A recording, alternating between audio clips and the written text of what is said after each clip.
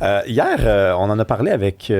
On a parlé de musique. Briand. Pierre-Luc Briand, c'est vrai. C'est Pierre-Luc Briand, le comédien très connu dans Crazy, qui est venu nous parler de musique québécoise parce que 7% seulement de la musique qui est écoutée par les Québécois sur les plateformes c'est de la musique québécoise. Ça, c'est un gros dans les dents, là, je pense, pour les Québécois parce qu'on pense souvent... En fait, il y a deux types de... Il y a des gens qui disent les Québécois sont dans l'entre-soi. Tu sais, on entend beaucoup ça. Ça vient d'une certaine droite, ça. Les Québécois sont dans l'entre-soi, devraient s'ouvrir sur le monde. Ben là, tu fais... Ben, ils sont assez ouverts sur le monde, là. C'est juste 7% de la musique qu'ils écoutent sur les plateformes qui est de la musique québécoise. Puis il y a d'autres gens qui disent les Québécois devraient sortir de leur petite culture, de leur petite nation, devraient s'ouvrir sur le monde. Ben là, tu fais... Mais c'est la même affaire, ça, en fait. C'est la même affaire. Donc, en fait, tout le monde a tort, en fait, sur cette question-là. Tout le monde a tort. Tout le monde a tort sur cette question-là. Non, mais... Tu sais, j'ai un peu de peine, moi, quand je vois ces statistiques-là, parce que tu regardes, par exemple, des petites nations comme la Pologne, comme, par exemple, la Suède. Ce sont des petits pays, quand même, en population et même en taille. Et là-bas, c'est beaucoup plus écouter la musique de leur pays. Ici... Hier, je me suis fait un peu des ennemis là, en venant dire au micro de Marc Boilard qu'il y a peut-être la question de la valeur de la musique aussi. C'est peut-être moins bonne qu'avant, puis si on n'ose pas regarder dans cette direction-là, ben je veux dire, je pense qu'on s'en sortira jamais. J'ai reçu des messages de gens qui m'ont dit « T'es qui, toi, pour dire ça? T'es qui pour dire ça? La musique est très bonne. » Je l'écoute moi-même, la musique, Karima. Je la trouve bonne, mais visiblement, il y a des gens qui la trouvent moins bonne, OK? C'est parce qu'ils l'écoutent moins qu'avant. Je vois pas comment on peut s'en sortir vraiment. Honnêtement, je vois pas comment on peut s'en sortir vraiment. Spotify, toutes ces questions-là d'algorithme, ça a pas l'air de collaborer vraiment avec les instances gouvernementales. Ouais. Mais c'est parce que, bon, j'entends ce que tu dis, là, tu poses des questions sur la qualité de la musique.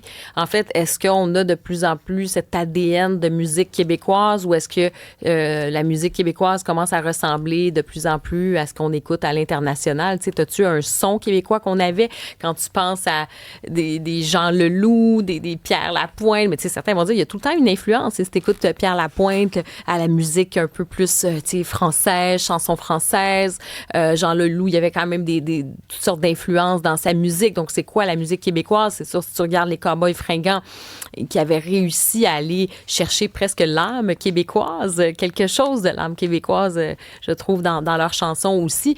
Mais tu peux pas enlever le point de ces algorithmes, de cette découvrabilité. C'est un terme, là, ça a l'air d'un mot valise, là, c'est là, bien scientifique.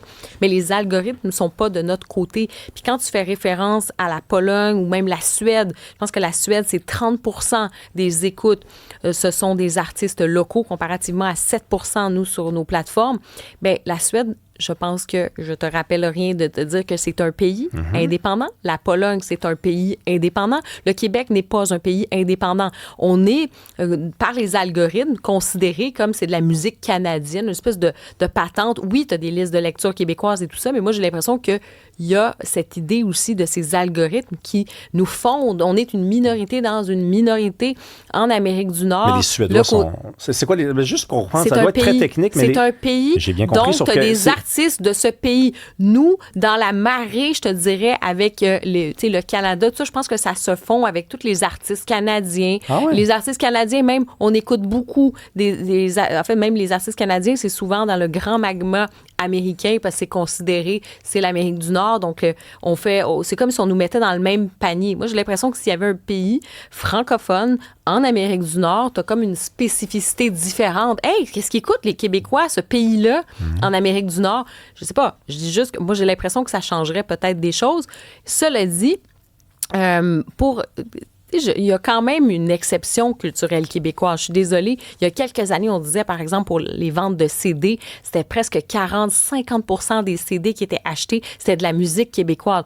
Donc, sur les tablettes, t'allais dans des magasins de musique, t'avais vraiment ces tablettes-là. Les radios ont un rôle à jouer. Notre Star System, les magazines québécois avec les magazines à potins québécois avec nos vedettes. Mais ils font leur travail, ça existe, ils font leur tout ça. travail, Et malgré ça... Oui, mais malgré ça, regarde juste nos téléséries. Les jeunes aujourd'hui, ben pourquoi on n'écoute plus la télé comme autrefois? Donc, les plateformes, ça devient plus compliqué d'accéder au contenu québécois. C'est pas parce que nos séries sont moins bonnes. Donc, il y a cet élément-là, comme je te dis, de découvrabilité. Je suis contente que, bon, là, il y a cette loi. On va voir est-ce qu'il va y avoir des impacts sur le fait de cette mise en marché les artistes québécois. En tout cas, on va en parler. Mais Karima, attends une minute. Avant qu'on passe à Nick, les séries québécoises sont regardées. Pourquoi on parle? Pourquoi ça marche, ça? Pourquoi, là, tu me dis découvrabilité, algorithme, parce qu'elles sont bonnes? Parce que les gens les regardent parce qu'elles sont bonnes puis elles en redemandent? Pourquoi la musique, c'est exceptionnel?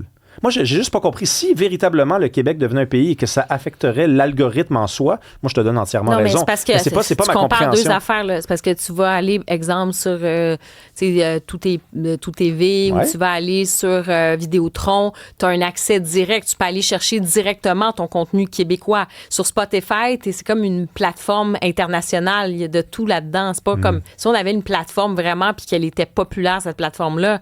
Mais là, tu te compares. C'est comme... En fait, Netflix, as-tu payé des séries québécoises sur Netflix? La réponse, c'est non. Netflix, c'est l'équivalent de Spotify. Écoute, moi, tu sais quoi, là? J'ai hâte de voir dans 10 ans. C'est si ça va avoir changé, parce que dans 10 ans, peut-être que le Québec va être devenu un pays, puis j'ai l'impression qu'on n'aura pas réglé le problème avec ça, parce qu'il y a des trucs qu'on ne veut pas mettre sur la table. Nick Payne, bonjour. Salut, vous deux. Salut. Est-ce que je suis tout seul, Colin? Si je suis tout seul, j'arrête d'en parler puis on passe à autre chose. Dis-le donc, tu trouves que tout est poche. Non, pas du tout. J'aime la musique québécoise. Des blagues, non, mais je l'aime, la musique québécoise, mais je me dis, ça a l'air d'être le seul produit sur le marché. Et là, je te parle de plywood, je te parle de crayon Bic, je te parle de n'importe quel produit qui se vend. C'est le seul produit qui voit la diminution de sa consommation faire l'économie d'un examen de conscience totale. C'est-à-dire qu'on ne se pose pas la question si le produit est moins bon. C'est le seul produit qu'on n'a pas besoin d'étudier de cette façon-là. C'est quand même particulier, là. Non, mais t'es pas tout seul à dire ça, Rémi. Il y a moi aussi, mais cependant, je trouve deux. Oui, c'est ça, on est deux. On va se tenir au chaud. On va se tenir au chaud. Hier, j'étais équipe Karima, aujourd'hui équipe Rémi. Bon, c'est comme ça. Mais oui, je sais, j'ai tellement hâte à ma prochaine équipe Karima. Mais non, mais en même temps, vous avez tous les deux raison. C'est-à-dire qu'il y a plein d'éléments qui expliquent la situation. Le fait que le Québec n'est pas un pays est évidemment majeur dans cette affaire-là. Mais c'est vrai aussi que la musique souffre beaucoup plus que les autres formes d'art québécoises actuellement, même si c'est difficile pour les autres formes aussi. Donc, il faut dire ça. Tu sais, dans le grand cocktail, dans la grande recette, là, il y a plusieurs éléments qui viennent jouer. L'explosion des plateformes, la diversification des goûts et des types de musique, c'est plus difficile dans un petit marché comme celui du Québec parce que là, tu ne peux plus construire de grands artistes fédérateurs comme les Paul Piché, puis les Laurence Jalbert, puis les Vigneault et les Rivard, Beau-Dommage, Harmonium d'autrefois. Ça, c'est vrai que c'est plus difficile à accomplir. Ensuite, tu as le fait que le comportement des jeunes, c'est essentiel dans le problème ici, parce que la musique, c'est beaucoup une affaire de jeunes. C'est les jeunes qui font marcher les artistes de musique beaucoup. Partout, c'est comme ça. Et ben nos jeunes, actuellement, parlent franglais. Ils ont aussi une attitude par rapport à la culture québécoise qui me rappelle, moi, ce qu'on a vécu dans l'espèce de dépression des années 80, mais en pire. Là. C'est-à-dire que ce qui vient du Québec, c'est vu comme étant, un peu... on a un peu le dédain de ça. C'est un peu médiocre.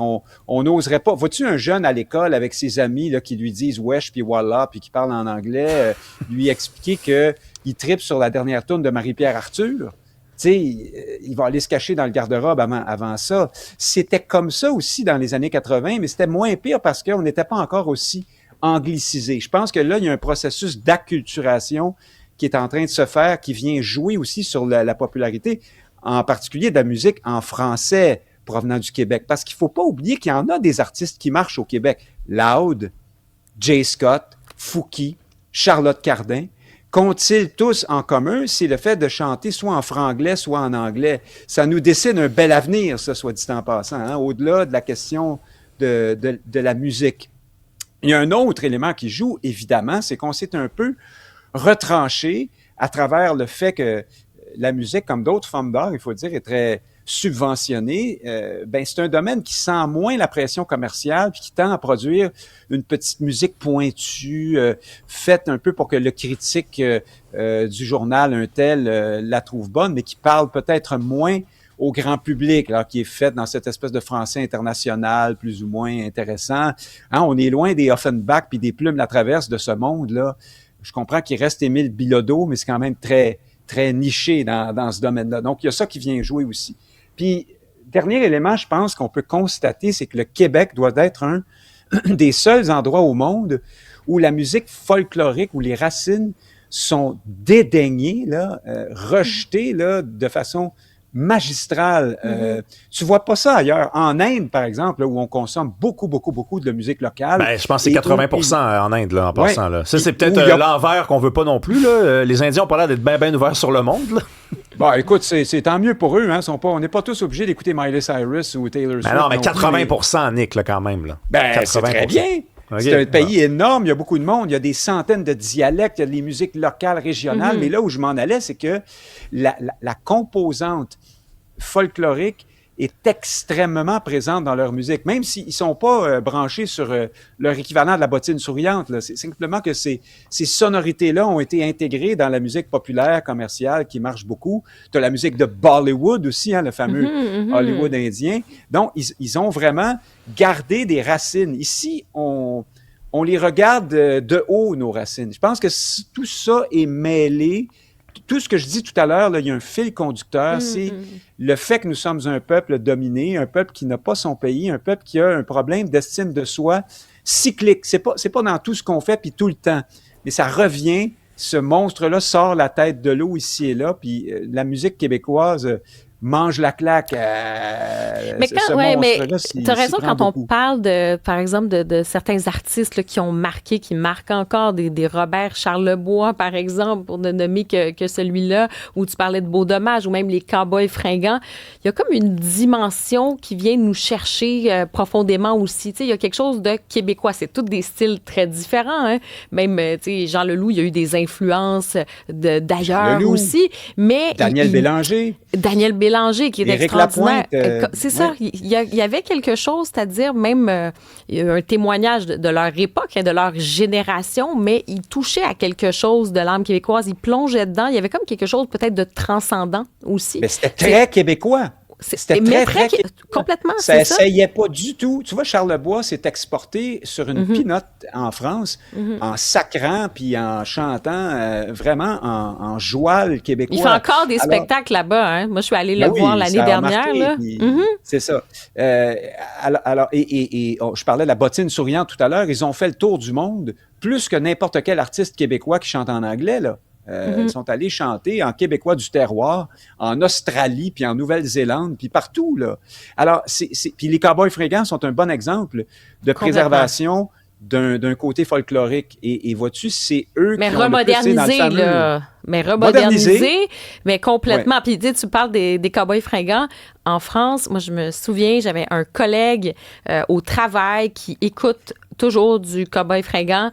Quand il y a eu, quand ça a été cette période-là très difficile avec le décès, il m'en parlait, il était triste, puis il me disait, c'est incroyable quand même, puis il me parle encore des Cowboys fringants. Donc, on voit que c'est une musique qui s'exporte, puis certains diraient, c'est tellement québécois, c'est une espèce de repli sur soi, des fois, tu sais, on parle du Québec, là, je parle pas des Cowboys fringants, mais c'est ça. Au contraire, c'est quelque chose il y a quelque chose d'universel aussi dans notre condition.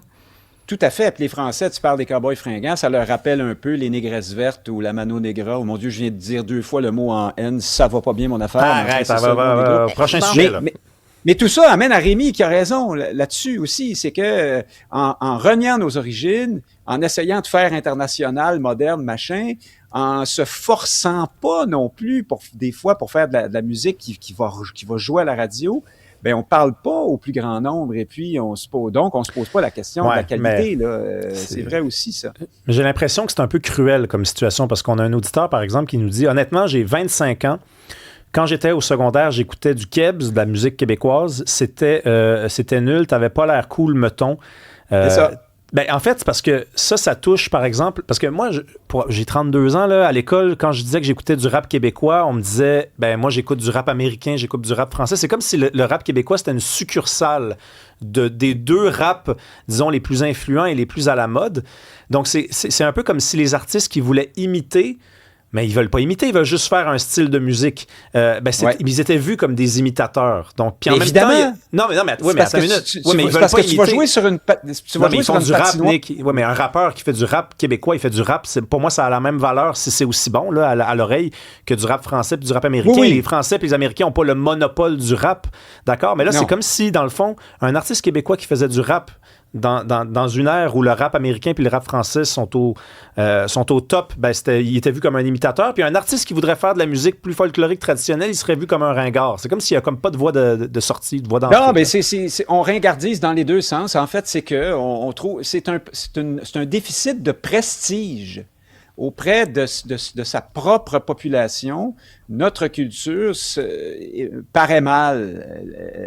Elle a l'air d'un sous-produit. Et ça va beaucoup avec notre situation politique, notre histoire, notre rapport à nous-mêmes. Mais on arrive à passer par-dessus avec les séries télé qui sont extraordinaires. On fait des choses magnifiques ici, notamment. Alors il y a quand même moyen de le faire. Mais la musique, ces dernières années, c'est un petit peu endormi, je trouve, assoupi, dans une espèce de quête là, de standardisation qui ne l'aide pas aussi. Mm-hmm. Complètement. Et est-ce que tu peux réagir rapidement, là, change un peu de sujet, une petite minute sur les Trump et sur sa menace tarifaire? On va se laisser là-dessus, mais je sais que tu voulais quand même réagir rapidement.